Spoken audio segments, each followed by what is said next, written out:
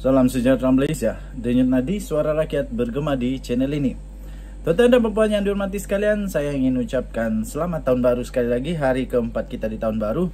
Saya masih lagi berpeluh, baru saja lari-lari di treadmill. Usahakan untuk terus sihat, membuat comeback.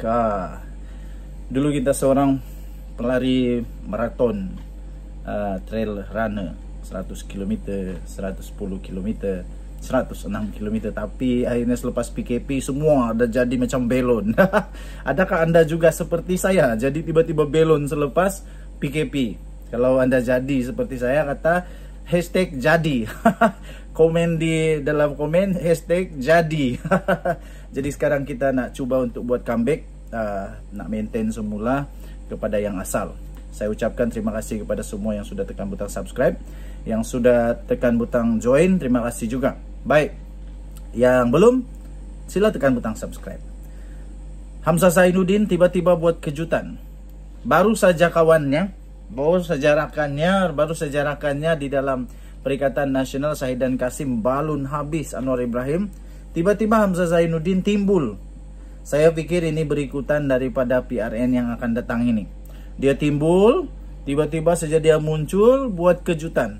Saya tidak tahu kalau ini ketetapan daripada Perikatan Nasional atau ini baru dia punya pendapat pribadi. Tapi dia ketua pembangkang ya, jadi saya pikir ini ketetapan bersamalah. Hamzah Zainuddin tiba-tiba buat pengumuman, dia kata Perikatan Nasional terbuka untuk bekerja sama dengan mana-mana parti, termasuklah Barisan Nasional. Saya pikir sudahlah, hentikanlah permainan seperti ini. Hentikan permainan seperti ini yang cuba untuk menyusup, cuba untuk mengguling, cuba untuk sebab macam mana tak mengguling? Kalau tiba-tiba Perikatan Nasional bekerjasama dengan Barisan Nasional, itu maksudnya sedang cuba untuk menarik Barisan Nasional daripada Kerajaan Perpaduan. Pada pendapat saya sudah cukuplah. Beri dulu peluang kepada Kerajaan Perpaduan ini untuk bekerja. Ini baru 2 bulan sudah ada macam begini. Macam mana ni? Dulu hentam kata ada itu, ada inilah. Jangan sampai nanti kena gelar sekali lagi tebuk atap pula. Tak baik tau. Okay. Jadi Perikatan Nasional mengumumkan untuk terbuka kerjasama mana-mana parti termasuk Barisan Nasional, kata Hamzah Zainuddin. Perikatan Nasional berpendirian untuk terbuka bagi menjalin kerjasama dengan mana-mana gabungan parti politik pada masa depan, termasuklah daripada Barisan Nasional. Demikian kata Setiausaha Agung daripada Perikatan Nasional, iaitu Datuk Seri Hamzah Zainuddin, yang bagaimanapun enggan untuk merujuk cadangan kerjasama itu sebagai muafakat nasional. Takkan nak hidupkan semula pula. Adakah Zahid Hamidi sedia untuk bekerja sama semula dengan Anwar Musa yang dia sudah pecat, yang mereka sudah pecat, dengan muafakat nasional? Tak payahlah, sudahlah, jangan lagi main politik. Saya fikir sudah, berhenti main politik, fokuskan kepada rakyat, betul-betul fokus kepada rakyat. Itu lebih baik. Dan beliau juga menegaskan ia hanya boleh direalisasikan jika semua pemimpin bersetuju dengan satu matlamat yang sama. Katanya dalam kenyataan itu, kerjasama ini perlu untuk menjadi satu dasar yang dipersetujui oleh semua pemimpin parti, Bersatu, PAS dan UMNO, katanya. Jika semua percaya dengan satu matlamat yang sama, maka tiada masalah untuk mewujudkan kerjasama ini. Jika ada satu pihak kata tidak, maka ia tidak akan berlaku. Namun jika kita percaya antara satu sama lain, kita boleh mencapai matlamat kita. Katanya memaklumkan asas kerjasama itu kekal untuk kepentingan rakyat pelbagai kaum di negara ini, katanya. Menjelaskan demikian pada satu siri perbincangan anjuran Kelab Concord yang pertama tahun ini, di sini pada hari ini beliau juga ditanya mengenai kemungkinan PN boleh kembali berkuasa menerusi kerjasama baru dan menjawab pintu sentiasa terbuka. Sudahlah, please lah, saya merayu, sudahlah, cukuplah. Hentikanlah politik dulu. Ini COVID dan sampai lagi nih. COVID sudah sampai lagi, jadi sudah cukup. Okey, jadi pada pendapat saya sudahlah, harap-harap janganlah lagi. Okey, jadi kita mengharapkan supaya janganlah, cukuplah. Kasih fokus dulu kepada rakyat. Apa pendapat kamu? Bye-bye. Salam sejahtera Malaysia. Denyut nadi suara rakyat bergema di channel ini. tidak tertahan rasanya aku takjub dengan Anwar. Kamu setuju? Kalau kamu pun sama, oke. Saya bukan pentakjub Anwar, bukan. Tetapi saya kagum dengan usaha Anwar. Saya kagum dengan Datuk Seri Anwar Ibrahim yang betul-betul buat apa yang dia cakap.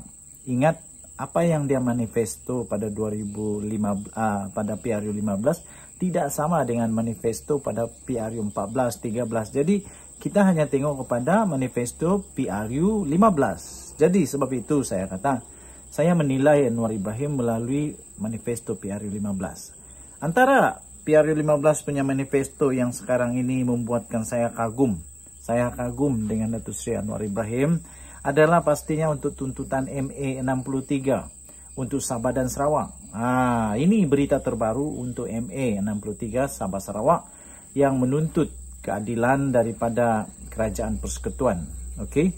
So sudah lama Kerajaan Negeri Sabah, Kerajaan Negeri Sarawak, rakyat Sabah, rakyat Sarawak duk bising, kami duk minta, kami merayu, macam-macam. Sudah dilaksanakan, ada petition, macam-macam lah sudah dibuat untuk menuntut hak MA 63 yang sudah lama pun patut diperolehi oleh Sabah dan Sarawak. Tidak ada apa-apa yang signifikan terjadi di dalam pentadbiran sebelumnya. Ada juga usaha-usaha, tapi tiada yang betul-betul signifikan seperti apa yang berlaku kepada kepimpinan Datuk Seri Anwar Ibrahim sekarang. Dan kita tahu bahawa tidak lama lagi akan diumumkan semua tuntutan dalam MA 63 yang akan diserahkan semula kepada negeri Sabah dan juga wilayah Sabah dan juga wilayah Sarawak. Antaranya yang sudah pun kita tahu yang belum pernah berjaya dilakukan oleh mana-mana pemerintahan sebelum ini. Hanya berjaya pada ketika ini di Kerajaan Perpaduan dan juga kerajaan yang telah diabsahkan dan telah diperkenankan oleh Seri Paduka Baginda Yang di-Pertuan Agong dan Raja-Raja Melayu. Daulat tuanku, ampun tuanku, sembah patik, mohon diampun. Digarhayu tuanku, daulat tuanku. Okey, terbaru tuan-tuan dan puan yang dihormati sekalian. Walaupun tuntutan-tuntutan ini dalam proses, salah satunya yang sudah diberikan kepada negeri Sabah, kita tahu adalah pengurusan gas petroleum, Petronas. Dan itu sekarang ini dalam memperhaluskan di antara kerajaan negeri Sabah dan juga Petronas. Harap-harap semuanya dapat diselesaikan dengan baik. Apa yang saya ingin puji adalah usaha untuk melaksanakan perkara ini yang akhirnya menemui kejayaan. Tetapi tuan-tuan dan puan-puan, walaupun begitu ada kesukaran-kesukaran tertentu. Di antaranya baru saja diterbitkan di Astro Awani ada satu video, tapi saya hanya akan bacakan dia punya caption sahaja, caption yang penting yang membuka minda kita, dan saya pun setuju dengan apa yang dikatakan ini. Cuma kita berharap supaya ada titik pertemuan kesamaan, persetujuan yang akan membentuk kerjasama lebih erat lagi di antara wilayah Sabah dan wilayah Sarawak dan juga untuk Semenanjung Malaysia di dalam Kerajaan Perpaduan ini. Tuntutan MA 63 beberapa perkara sukar dipersetujui. Demikian kata Dr.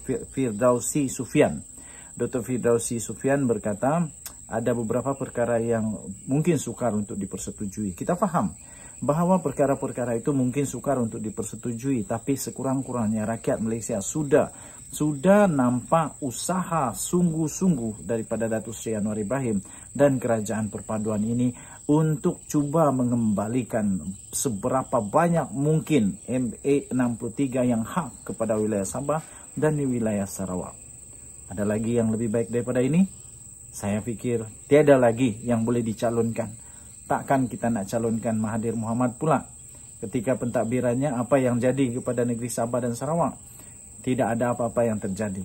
Di bawah pentadbiran Datuk Seri Najib Tun Razak pun tidak ada apa-apa yang signifikan terjadi. Ada usaha-usaha, tidak dinafikan. Memang betul ada usaha-usaha, tapi tidak ada yang terlalu signifikan yang nampak seperti apa yang dilakukan oleh Datuk Seri Anwar Ibrahim. Bagaimana pula dengan Tan Sri Muhyiddin Yassin pun sama juga. Ada usaha tetapi tidak ada yang terlalu signifikan.